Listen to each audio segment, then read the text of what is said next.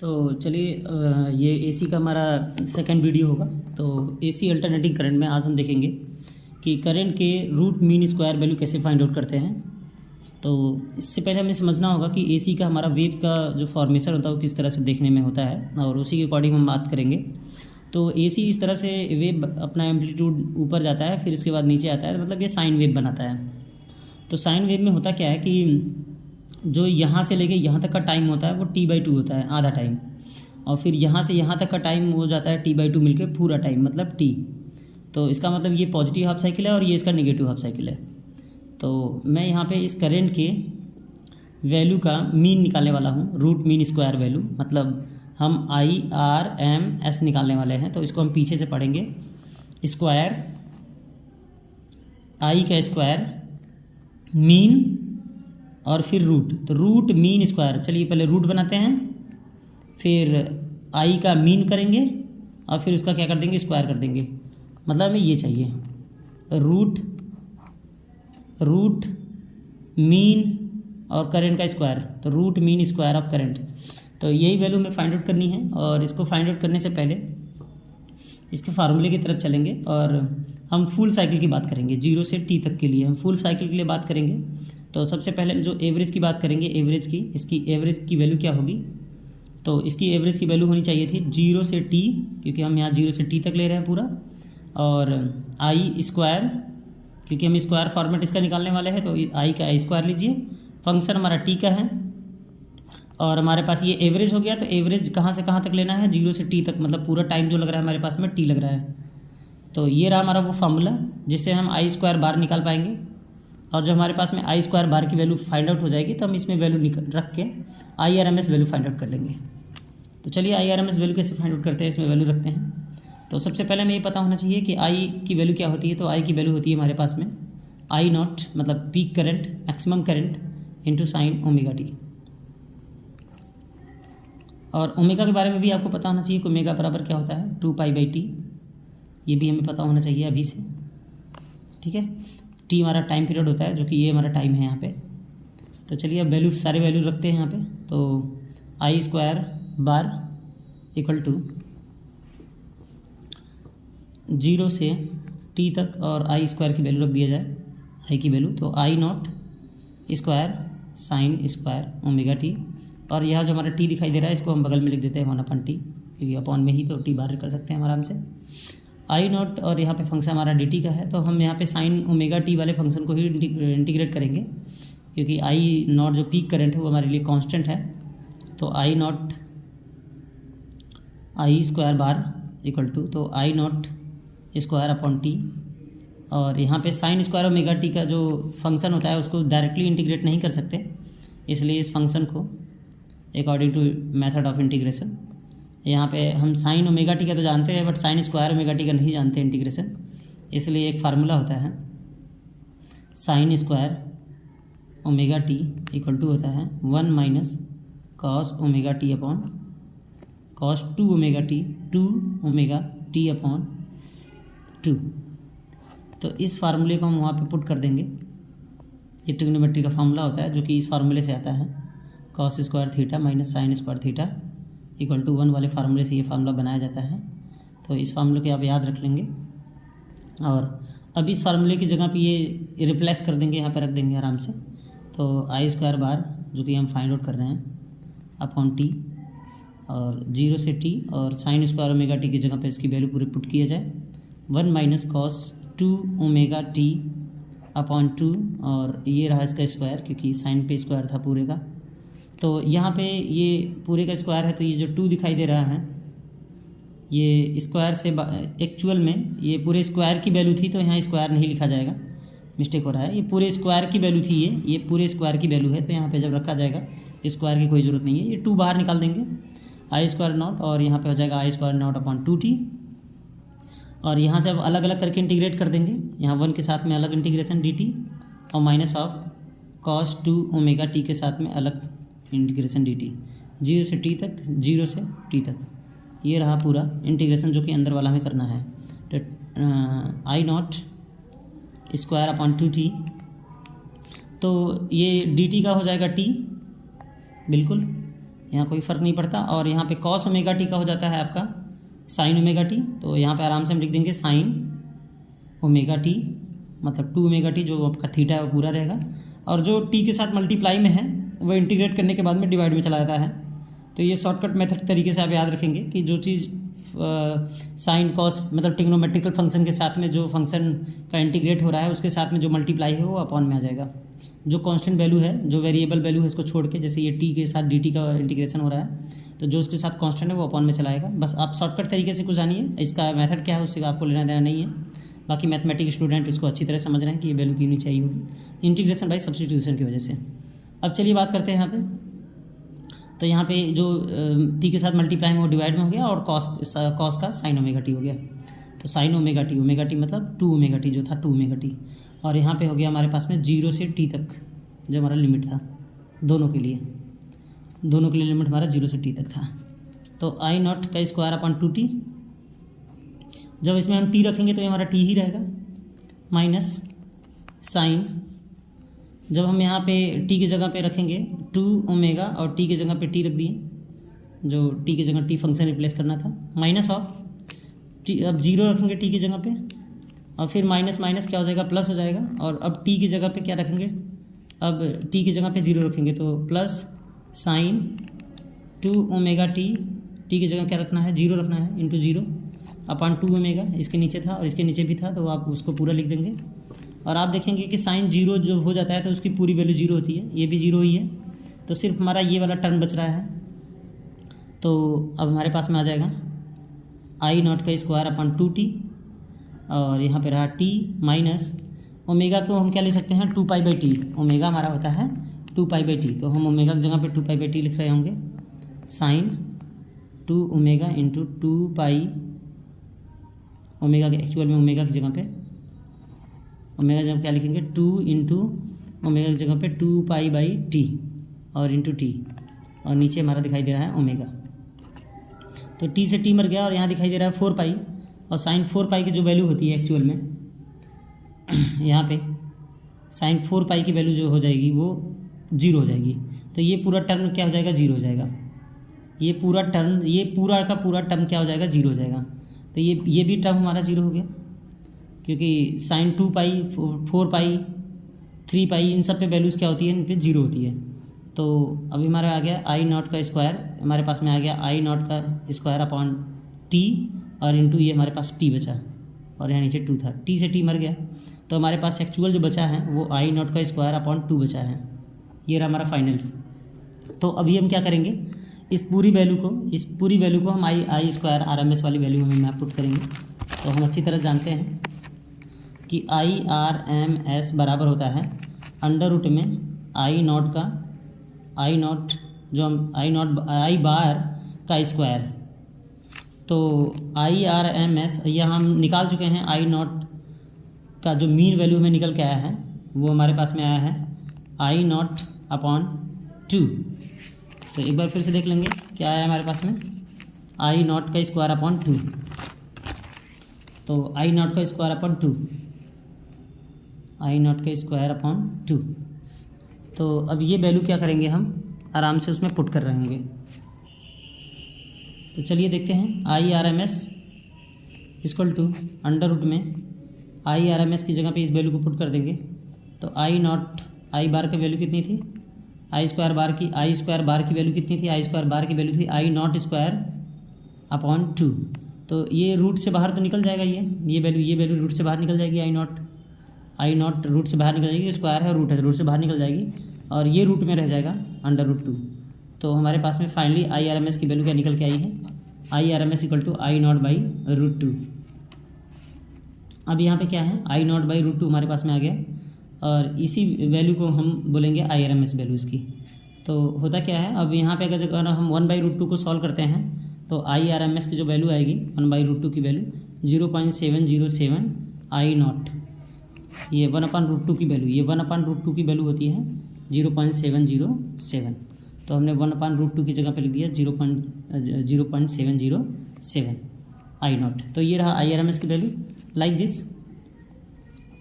इसी तरह से जो हमारे पास में VRMS होगा यही वैल्यू निकल के आएगी। बस हमारे peak value of voltage upon √2 same, जहाँ पे हमारा आई था वहाँ पे हमारा वोल्टेज हो गया। वो पीक वैल्यू ऑफ वोल्टेज, इसको बोलते हैं पीक वैल्यू ऑफ करंट, इसको बोलते हैं पीक वैल्यू ऑफ वोल्टेज।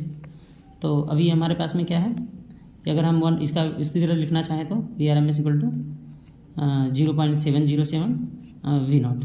तो ये दोनों वैल्यू सेम है, इसको ऐसे लिख दीजिए डेसिमल फॉर्म में, अदरवाइज फ्रैक्शन फॉर्म में ऐसे रहेगा। तो आई होप कि आपको ये समझ में आ गया होगा कि किस तरह से VRMS और IRMS फाइंड आउट किया जाएगा। तो सबसे ज़्यादा ज़रूरत है कि इन दोनों को हमें याद कर लेना ज़्यादा ज़रूरी है कि IRMS की वैल्यू क्या होती है, आई नॉट अपॉन √2 और V0 अपॉन √2। इसको बोलते हैं पीक वैल्यू ऑफ करंट, मतलब मैक्सिमम करंट अपॉन √2, और यहाँ पे मैक्सिमम वोल्टेज अपॉन √2। इसको बोलते हैं VRMS और इसको बोलते हैं IRMS।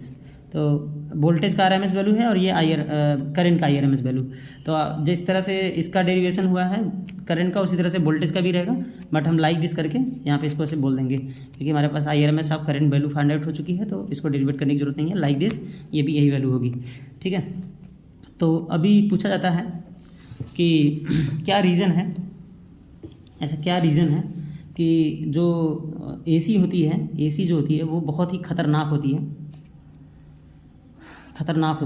DC से एज़ कम्पेयर DC। तो देखिए बहुत लोगों को मिथ है कि DC बहुत खतरनाक होती है, लेकिन ऐसा कुछ भी नहीं है। AC सबसे ज़्यादा खतरनाक होती है क्योंकि जितने भी एक्सीडेंटल केस या कोई भी किसी भी दुर्घटना में बिजली से मारा जाता है तो वो मैक्सिमम आपके AC करंट से मारा जाता है, DC से नहीं। DC सिर्फ एक शॉक होता है, वो झटका देता है, पर्टिकुलर एक हिस्से को जलाता है, बट AC पूरे बॉडी में सर्कुलेट होती है और वो पूरे बॉडी के सेल्स को डैमेज करती है, और इसीलिए शॉक लगा हुआ व्यक्ति जो AC से लगता है वो मर जाता है। तो उसका रीज़न क्या है, यहाँ पे मैथमेटिकल प्रूफ देंगे हम, ऐसा नहीं कि सिर्फ बता दिया जाए। तो मैथमेटिकल प्रूफ इसका है कि जो घरों में करंट आती है, जो घरों में बिजली आती है, वो VRMS होती है, वो वोल्टेज होती है VRMS। मतलब VRMS इक्वल टू होती है V0 अपॉन √2। मतलब जो हमारे पास मैक्सिमम वोल्टेज आएगा वो √2 टाइम ऑफ VRMS होता है। मतलब जो घरों में वोल्टेज आता है वो VRMS वैल्यू आती है करंट की, ना कि V0 आती है, VRMS आती है। मतलब वो हर टाइम √2 टाइम ज़्यादा होती है। जैसे अगर √2 इंटू अगर VRMS वैल्यू 220 वोल्ट की आई घरों में करंट 220 वोल्ट की, तो वो √2 टाइम ज़्यादा हो जाती है। हर सेकेंड हर फ्रिक्वेंसी में, हर एक फ्रिक्वेंसी में √2 टाइम ज़्यादा हो जाती है वोल्टेज की वैल्यू। जबकि अगर यही DC का सोर्स होता तो DC अगर 220 वोल्ट का है तो वो 220 वोल्ट के बाद वो फ्लक्चुएट नहीं करती। लेकिन जो वोल्टेज होता है वो घरों में आता है तो VRMS आता है। तो जब VRMS आता है तो उसमें हमेशा √2 से मल्टीप्लाई हो जाएगा, तो इसकी जो फाइनल वैल्यू ऑफ वोल्टेज होगी वो पहले से ज़्यादा बढ़ जाएगी हर सेकेंड, हर एक फ्लक्चुएसन में, हर एक सेकेंड ना कह के हर एक फ्लक्चुएसन में, हर एक हर्ट्ज़ में, हर एक फ्रिक्वेंसी में इसकी वैल्यू बढ़ती जाएगी इतनी। तो क्या हो जाता है, इसकी वैल्यू जो बढ़ के हो जाती है 311.06 वोल्ट हो जाती है। तो ये काफ़ी ज़्यादा खतरनाक होती है एज़ कम्पेयर टू DC। क्योंकि अगर DC का वोल्टेज आपने 220 दिया तो ये इतने पे फिक्स हो जाता है, ये ना तो बढ़ेगा ना तो घटेगा, ओवरलैप नहीं करेगा। लेकिन यहाँ पे क्या होता है, ये हर अपने एक पूरे साइकिल को, एक आधा साइकिल कंप्लीट करने के बाद जब दूसरे साइकिल में जाती है तो वो हमेशा अपनी वैल्यू को बढ़ाती जाती है √2 टाइम। इसलिए वोल्टेज ज़्यादा खतरनाक होता है एज़ कम्पेयर टू DC। ठीक है, तो आपको समझ में आ गया होगा आई होप। तो चलिए अभी हमने IRMS और VRMS वैल्यू ऑफ करंट और वोल्टेज को हमने अभी भी एक्सप्लेन किया है। तो चलिए कुछ एग्जांपल्स इसके देख लेते हैं। तो एग्जांपल्स ये है कि 100 ओम रेजिस्टेंस कनेक्टेड है 220 volt and 50 hertz AC supply. तो हमें फाइंड आउट करना है what is the RMS value of current in circuit, what is the net power consumed over full cycle.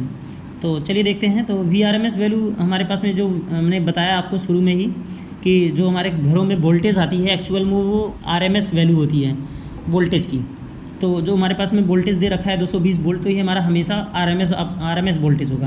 तो RMS वोल्टेज कितना है, 220 वोल्टेज है। ध्यान में रखना, हमेशा दिमाग में रखना कि जब भी न्यूमेरिकल आप सॉल्व करने जाएंगे तो जो भी वोल्टेज आती है 220 वोल्ट या 440 वोल्ट कोई भी वोल्टेज हो, तो वो जो गिवन होगा वो हमारा जो वोल्टेज आता है घरों में वो हमेशा VRMS वैल्यू होगी। तो VRMS वैल्यू हमारी होगी 220 वोल्ट, और फ्रिक्वेंसी हमारा हमेशा नहीं भी दिया है। तो इंडिया के जो फ्रिक्वेंसी हो 50 हर्ट्ज है, नहीं भी दिया रहेगा तो आप 50 हर्ट्ज लेंगे। और रेजिस्टेंस यहाँ गिवन है 100 ओम का। तो चलिए निकालते हैं यहाँ पे पहला। तो अभी निकालना हमें RMS वैल्यू ऑफ करंट। तो IRMS equal to VRMS upon R, क्योंकि हम ओम्स लॉ जानते हैं। Ohm's law, according to Ohm's law I equal to V/R। तो अकॉर्डिंग टू ओम्स लॉ यहाँ पे IRMS हमें निकालना है, तो VRMS अपॉन R है। तो चलिए देख लेते हैं, VRMS की वैल्यू दे रखी है, यहाँ वैल्यू रखेंगे 220 वोल्ट और रेजिस्टेंस हमारा 100 दे रखा तो वो रखेंगे। कैलकुलेट करने में हमारी वैल्यू मिल जाएगी जो कि हमारे IRMS वैल्यू होगी। अगर हमें यहाँ पे दूसरा निकालना है कि कितना पावर कंज्यूम किया ये, ठीक है, तो यहाँ पे पावर का फार्मूला होता है I²R। तो I मतलब IRMS वैल्यू करंट की, IRMS वैल्यू हमने फाइंड आउट कर लिया है वो, और रेजिस्टेंस की वैल्यू रखेंगे तो 484 वॉट की पावर निकल के चली आएगी। तो एग्जांपल नंबर 2 देखेंगे, इन क्वेश्चन को सॉल्व कर लेना है आप लोगों को। तो देखो यहाँ पे दिया है कि the peak voltage of an AC supply 300 voltage, what is the RMS voltage, the peak voltage मतलब मैक्सिमम करंट V0। तो पीक वोल्टेज कितना दे रखा है, 300 वोल्टेज। ध्यान में रखना पीक वोल्टेज कहीं भी दे रखा हो तो पीक वोल्टेज को V0 से दिखाते हैं। तो यहाँ पे V0 हो गया, तो V0 दे रखा है 300 वोल्टेज का। The RMS value of current, तो IRMS पूछ रखा है, तो IRMS का भी मैंने फार्मूला बताया, RMS इक्वल टू होता है I0 अपॉन रूट में 2, ठीक है। तो यहाँ दे रखा है the RMS value of current in AC circuit is 10 ओम। तो IRMS भी गिवन है कितने का, 10 ओम का। तो गिवन है हमारे पास IRMS 10 एम्पियर का। What is the peak current, तो यहाँ पे I0 पूछ रखा है, तो I0 इक्वल टू हो जाएगा आराम से √2 टाइम ऑफ IRMS।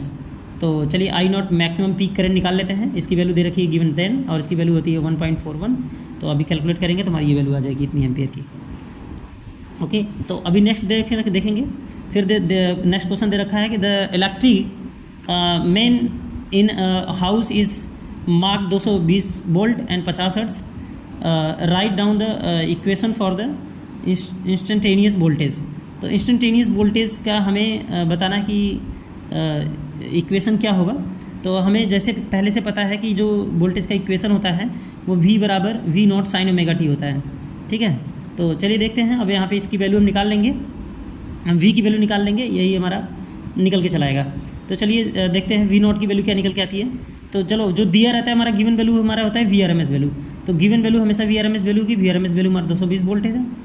चलिए, और अब अगर हमें VRMS वैल्यू पता है और हमें V0 पता करना है, ये V0 कैसे पता करेंगे, आराम से जानते हैं आप लोग कि VRMS इक्वल टू होता है V0/√2, और हमें V0 पता करना है तो V0 इक्वल टू क्या हो जाएगा, √2 टाइम ऑफ VRMS, ठीक है, VRMS वैल्यू ऑफ वोल्टेज। तो चलिए देख लेते हैं, VRMS वैल्यू ऑफ वोल्टेज दे रखा है 220 वोल्ट, और √2 से मल्टीप्लाई करेंगे तो हमारे पास में 311 वोल्टेज आ जाएगा, जो कि एक्चुअल होना चाहिए वही है, ठीक है ना। इसीलिए AC खतरनाक होता है, 311 वोल्टेज हमेशा फ्लक्चुएट करता है। तो चलिए हमारे पास में जो घरों में वोल्टेज आ गई, पीक वोल्टेज आ गई, जो घरों में मैक्सिमम करंट होती है वो 311 वोल्टेज की होती है 220 वोल्ट के सप्लाई पे। चलिए फ्रिक्वेंसी हमेशा होता है 50 हर्ट्ज़ का, अगर नहीं भी गिवन है तो आप यही मानेंगे। अब आप इस इक्वेशन में ले जाकर पुट कर देंगे और आपको इक्वेशन मिल जाएगा।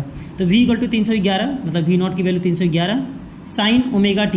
तो चलिए देख लेते हैं ओमेगा की वैल्यू कैसे निकालेंगे हम, क्योंकि ओमेगा बराबर होता है 2π इंटू f।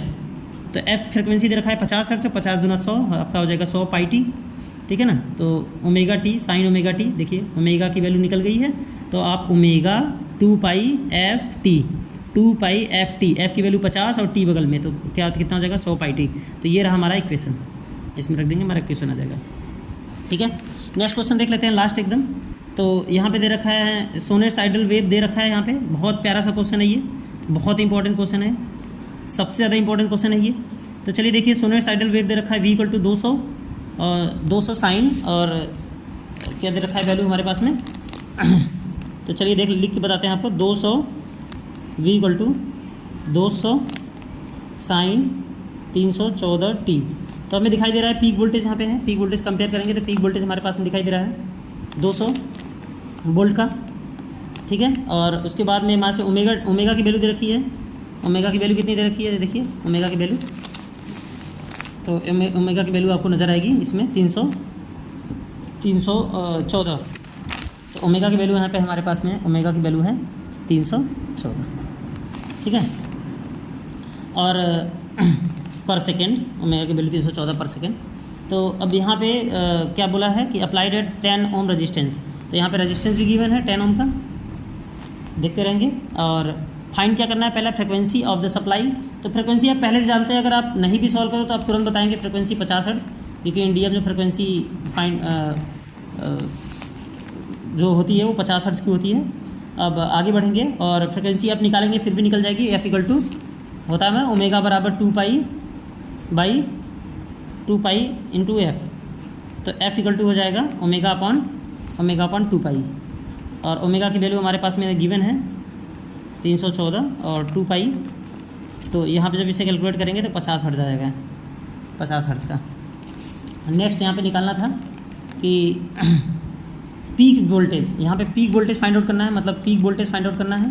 तो पीक वोल्टेज, एक्चुअल में पीक वोल्टेज दे रखा है, वीआरएमएस वैल्यू निकालनी है, वीआरएमएस। तो वीआरएमएस इक्वल टू होता है V0/√2। तो चलिए वीआरएमएस निकालना है हमें, तो V0 की वैल्यू गिवन है हमें पहले से 200 वोल्टेज, और ये हमारे पास √1 की वैल्यू जो होती है एक्चुअल में 1/√2 की वैल्यू होती है 0.707 इंटू 0.707 से हम मल्टीप्लाई कर देंगे तो हमारे पास में वैल्यू निकल के आ जाएगी समथिंग 4 वोल्टेज। और अभी इसमें पूछा है IRMS क्या होगा, तो IRMS बराबर होता है I0/√2। तो चलिए इसकी वैल्यू IRMS निकालना है हमें, एक्चुअल में IRMS निकालना है, तो इससे हम निकाल सकते थे, लेकिन हमें यहाँ पे I मैक्सिमम की वैल्यू नहीं पता है, तो हम कैसे निकाल सकते हैं, तो हम ओम्स लॉ लगा लेंगे, IRMS equal to VRMS upon R। तो हमने VRMS वैल्यू अभी भी फाइंड आउट किया है, VRMS की वैल्यू यहाँ पुट करेंगे जितनी है, अपॉन R की वैल्यू 10 ओम दे रखी थी, तो हमारे पास वैल्यू आ जाएगी 14.14 एम्पियर। तो यहाँ से हमारे पास IRMS निकल गया। तो आई होप कि आपको ये पूरा क्वेश्चन समझ में आया होगा। एक बार क्वेश्चन आप फिर से देख लीजिए, ठीक है, क्या क्या फाइंड आउट करना था। तो आई होप कि इन्हीं क्वेश्चनों को आप प्रैक्टिस कर लीजिए, इससे ज़्यादा का एग्जाम में नहीं आने वाला।